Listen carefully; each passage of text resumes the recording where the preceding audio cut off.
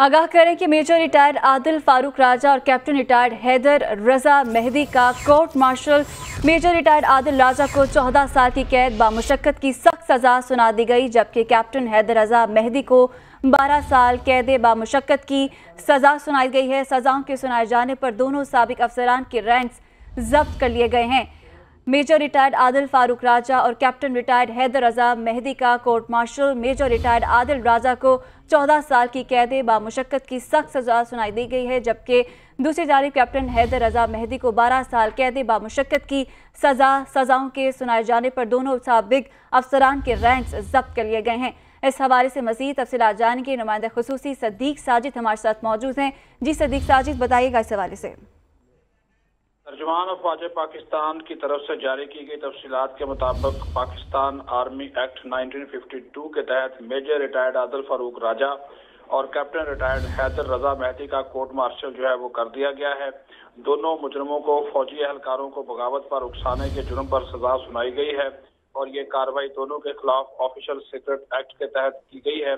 और साथ ही साथ रियासत मुखालफ इकदाम, जासूसी और दीगर इल्जाम भी इन पर साबित हो गए, जिस पर जो है वो फील्ड जनरल कोर्ट मार्शल ने मेजर रिटायर्ड आदिल राजा को 14 साल कैद बामुशक्कत, जबकि कैप्टन रिटायर्ड हैदर रजा मेहदी को 12 साल कैद बामुशक्कत की जो सजा है वो सुनाई है। और 21 नवंबर 2023 को दोनों अफसरान के जो रैंक्स हैं वो भी जब्त कर लिए गए हैं और दोनों मुजरमों के खिलाफ तमाम जो कानूनी तकाजे थे वो पूरे किए गए और उसके बाद इन दोनों को जो है वो सजा जो है वो सुना दी गई है। जी सदीक साजिद, ये क्या दोनों अफराद मुल्क में ही मौजूद है और अगर मुल्क से बाहर तो इनको किस तरह से वापस लाया जाएगा ताकि इन सजाओं पर अमल हो सके? जी बिल्कुल, ये बड़ा अहम सवाल है और दोनों जो हैं इस वक्त मुल्क से फरार हैं,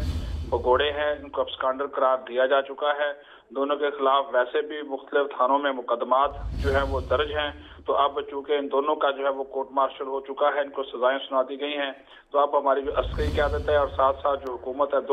इन दोनों की वापसी के लिए इंटरपोल के जरिए राब्ता करेगी और इस इंटरपोल के जरिए दोनों अफराद को जो है वो वतन वापस लाकर जो सजाओं का जो प्रोसेस जिनको सजा सुनाई गई है इसको जो है वो मुकम्मल किया जाएगा। सदीक साजिद, हमारे नाजरीन को समझाने के लिए कि कोर्ट मार्शल होता क्या है जब ये लगता है? जी बिल्कुल, ये फौजी कानून है और ये पाकिस्तान आर्मी एक्ट 1952 ये कानून है 1952 का। उसके तहत अगर कोई फौजी जवान या ऑफिसर क़ायद ज़ाबित की खिलाफ वर्जी करता है, ऑफिशियल सीक्रेट एक्ट की खिलाफ वर्जी करता है, रियासत मुखालफ इक़दाम में मुलव्वस करार पाता है, जासूसी में मुलव्वस होता है और या नौजवानों को या जवान या फौज के अंदर तफरीक और तकसीम का बायस बनता है और रियासत के मफादात के खिलाफ काम करता है या लोगों की सेफ्टी के खिलाफ जाता है, तो फिर जो है अगर उसके ऊपर ये इल्जामात हों तो उन इल्जामात की तहकीकात के लिए एक फील्ड जनरल कोर्ट जो है वो बनाई जाती है, जिसको जो है वो एक अदालत फौजी अदालत होती है, उस पे आम में उसको फौजी अदालत कहा जाता है और फौजी अदालत जो है वो फिर इसी आर्मी एक्ट के तहत कार्रवाई करती है। तो उसका सरबराह कभी मेजर जनरल होता है, कभी जो है वो ब्रिगेडियर होता है। फील्ड जनरल कोर्ट मार्शल के तहत उसमें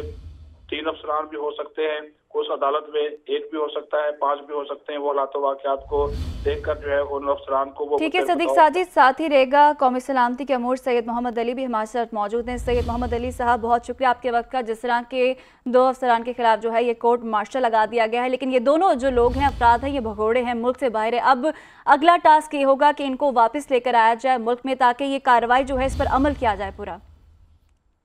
बिल्कुल, और मैं समझता हूँ कि पिछले 2 सालों के दौरान इन दोनों अफराद को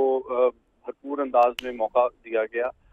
कि वो आके अपनी अदालत में अपना मौक़िफ़ पेश करें। उनको कई दफ़ा समन जारी हुए जिनको उन्होंने लेने से इनकार किया और फिर तमाम गवाहों और सबूतों की रोशनी में 5 चीज़ें जो हैं उनके खिलाफ सामने आई हैं और साबित हो चुकी हैं, जिसके नतीजे में ये सज़ा दी गई है। पहली बात जो है वो ये है कि फौज में बगावत फैलाने की कोशिश और नंबर 2 ये कि फौज की जो क़यादत है उसके खिलाफ फौजी अफसरान को उभारने और मुतनफ़्फ़िर करने की कोशिश और बगावत करने की कोशिश। तीसरा पहलू अवाम और फौज के दरमियान गलत फहमियाँ पैदा करने की कोशिश। चौथा पहलू जो है, आप देखें मुल्क दुश्मन जो अनासर हैं उनके बयानिए को भी आगे बढ़ाने की कोशिश। और पांचवा पहलू जो तकलीफदेह है वो ये है कि चूंकि इनका ताल्लुक भी फौजी घराने से है इन दोनों अफसरान का, तो ये अपने खुद खानदान की मैं समझता हूँ इज्जत और तकरीम और जो उनकी कुर्बानियां रही हैं उनके लिए भी मैं समझता हूँ एक बड़ा धब्बा है, उनके खानदानों के लिए बाइस नदामत है इनका किरदार। और आप जानते हैं कि आदिल राजा साहब के ऊपर कई FIR'ें दर्ज हो चुकी हैं, लैंड करप्शन के हवाले से भी, जमीनों पे नाजायज कब्जे के हवाले से भी, और यूं लगता है कि उन जराइम से